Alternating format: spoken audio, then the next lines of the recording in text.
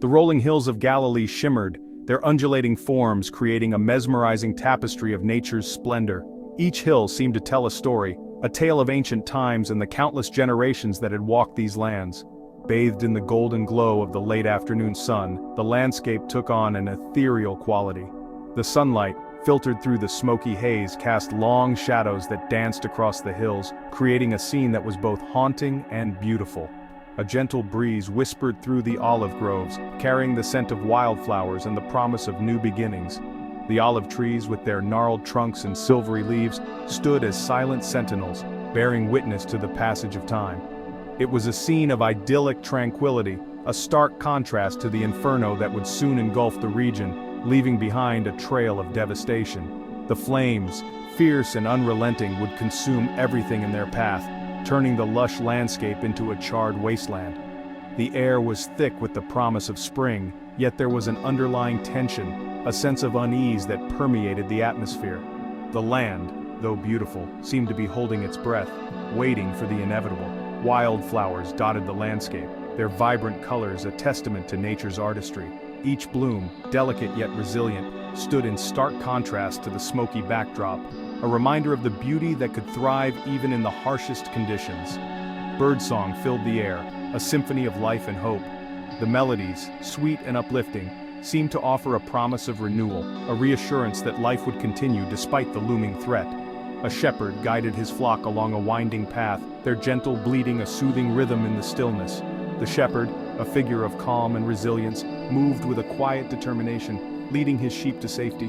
Villages nestled among the hills, their white stone houses gleaming in the sunlight. These homes, built with care and love, stood as a testament to the enduring spirit of the people who lived there. The laughter of children playing echoed through the valleys, a joyful sound that seemed to defy the encroaching danger. Their carefree games, a stark contrast to the seriousness of the situation, brought a sense of normalcy to the otherwise tense atmosphere. A sense of timelessness pervaded the air, as if the rhythms of life had remained unchanged for centuries. The traditions and customs of the villagers, passed down through generations, created a strong sense of continuity and belonging. But even in this paradise, a sense of foreboding lingered. The beauty of the landscape was tinged with a sense of impending doom, a reminder that nature, in all its glory, could also be unforgiving. The air was unusually dry, the earth parched and thirsty. The land, once fertile and lush, now showed signs of strain, its surface cracked and brittle under the relentless sun. The whispers of the wind seemed to carry a warning, a premonition of the disaster that was to come. The trees, their branches swaying gently, seemed to murmur secrets of the past and future, their leaves rustling with an eerie sense of urgency. The fire that would forever scar this idyllic landscape was a stark reminder of the delicate balance between beauty and destruction. The once vibrant hills, now blackened and lifeless, stood as a testament to the power of nature and the resilience of the land. In the ancient city of Safed, perched high on a hilltop, a palpable unease had settled over the residents.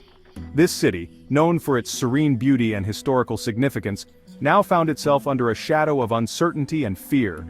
The air, usually crisp and cool even in the springtime, was stifling, heavy with the scent of dry earth and a strange metallic tang. It was as if the very atmosphere had changed, becoming oppressive and almost suffocating.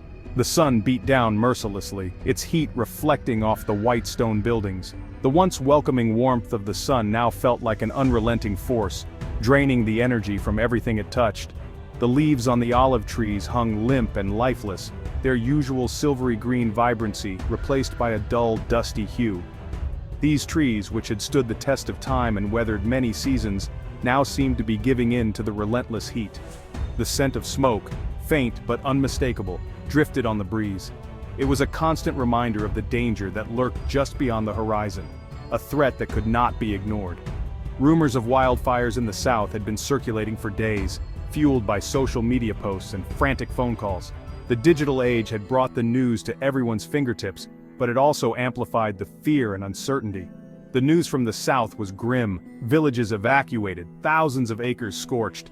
The devastation was widespread, and the images of charred landscapes and abandoned homes were hard to forget.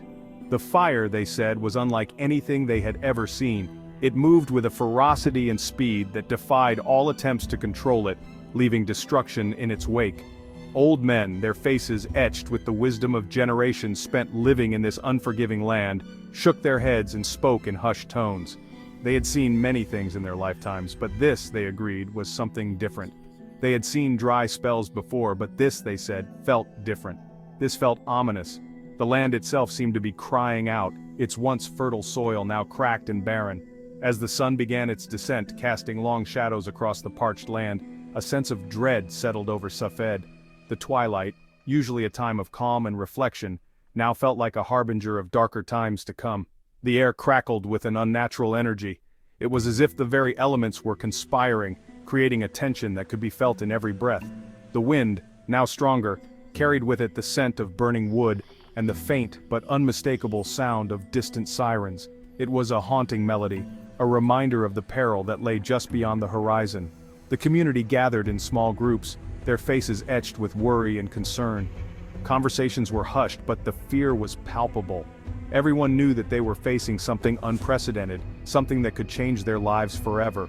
Even the children, usually so full of life and energy, seemed subdued. Their play was half-hearted, their laughter tinged with uncertainty. The adults watched over them with anxious eyes, knowing that the innocence of youth could not shield them from the reality of the situation. A lone figure stood on a hill, looking out over the city as the sky darkened with smoke. It was a poignant image, a symbol of the isolation and helplessness that many felt in the face of such overwhelming odds. In times of crisis, the people of Safe turned to their faith. They gathered in places of worship, holding prayer books and lighting candles, seeking solace and strength in their shared beliefs. Community leaders stepped forward, addressing the small crowds with words of encouragement and resolve. They spoke of unity and resilience, reminding everyone that they had faced hardships before and had always emerged stronger. As night fell, the city of Safed was bathed in a soft, flickering light. Despite the fear and uncertainty, there was a sense of quiet determination. The people of Safed knew that they would face the coming days with courage and solidarity, no matter what challenges lay ahead. It began as a flicker on the horizon, a small, almost insignificant spark that seemed harmless at first. But as the minutes turned into hours, that flicker grew into a distant orange glow against the darkening sky, a warning sign of the chaos to come. Then, fueled by the dry brush and driven by the relentless wind, the fire exploded with a ferocity that no one could have anticipated. It was as if nature itself had unleashed its fury, a raging inferno sweeping across the hills with terrifying speed, consuming everything in its path. The landscape, once serene and beautiful, was now a scene of utter devastation. The roar of the flames was deafening, a constant terrifying sound that filled the air. It was as if the very earth was screaming in agony, a hungry monster devouring everything in its path, leaving nothing but ash and charred remains in its wake. The fire showed no mercy. Trees that had stood for centuries erupted in flames, their ancient trunks transformed into blazing torches. These silent sentinels of time were now reduced to mere fuel for the fire. Their trunks, once strong and resilient, now burned like torches, casting an eerie glow that could be seen for miles. The air grew thick with smoke, choking and black, making it difficult to breathe. The once clear skies were now filled with a dense, suffocating haze. It blotted out the sun, turning day into a terrifying apocalyptic night.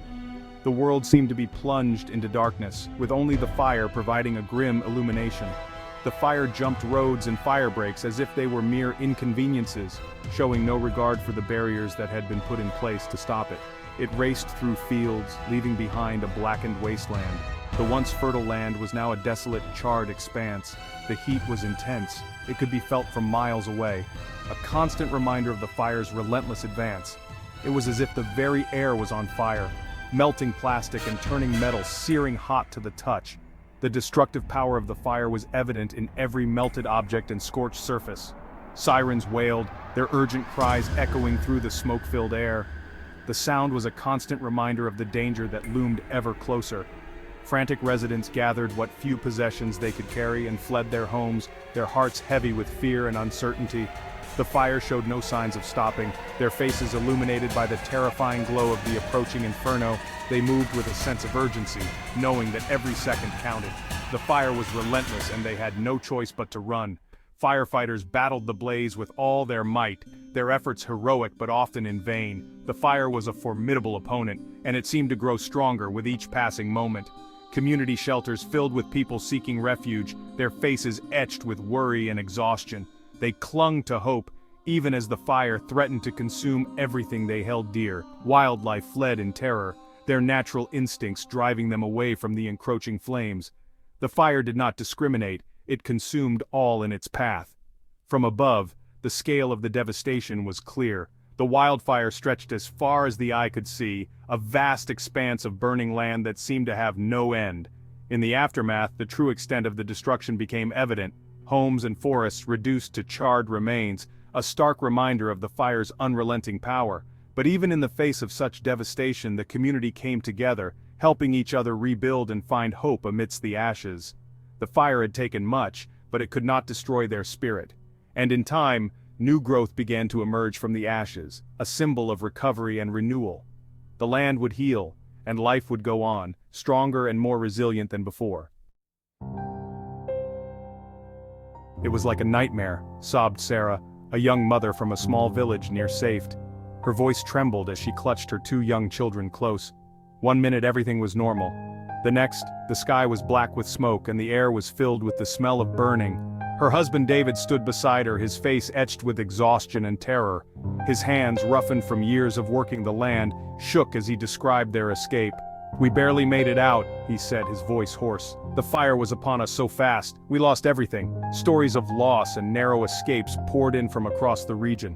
Farmers forced to abandon their livestock, families separated in the chaos. Firefighters, their faces blackened with soot, their eyes bloodshot from fatigue, battled the blaze tirelessly. Their courage and selflessness a beacon of hope in the face of unimaginable destruction.